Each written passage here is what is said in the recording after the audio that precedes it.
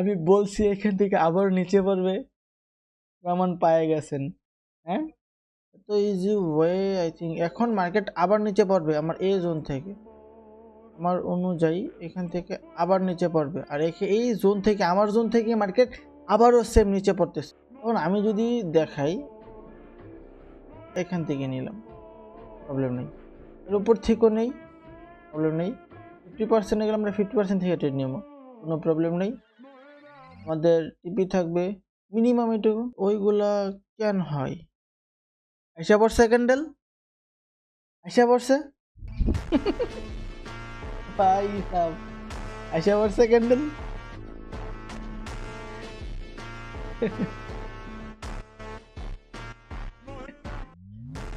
ভালো।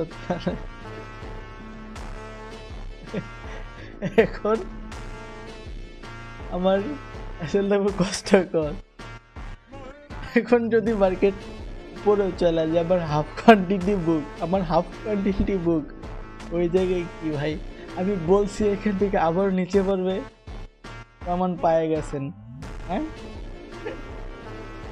ও ভাই এগুলাই তো মজা ভাই।